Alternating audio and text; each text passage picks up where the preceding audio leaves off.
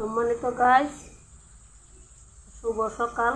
তো দেখতে পাচ্ছেন আজকের রেসিপিটা, এই যে ছোটো ছোটো ডাঁটা দিয়ে সাথে টমেটো দিয়ে আজকে বড় পাঙ্কাশ মাছ দিয়ে রান্না করব।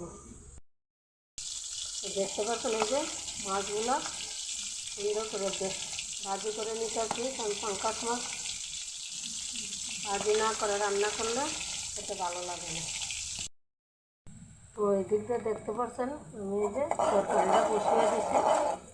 পেঁয়াজগুলো এখন খুব সুন্দর করে তেলের ভিতরে লাল লাল করে ভেজে নেব। আর এই দিক দিয়ে সব ধরনের মশলা পরিমাণ মতন একসাথে মিশিয়ে হালকা পানি দিয়ে রাখছি। এভাবে রাখলে একদম বাটা মশলার স্বাদ দেয়, তাই আমি সবসময় এভাবেই মশলাগুলো তরকারিতে দিই।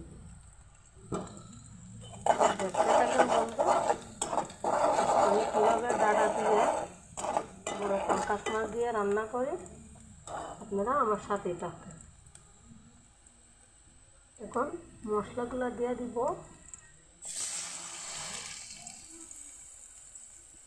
মশলারে খুব সুন্দর করে আবার 5 মিনিট কষিয়ে নিব।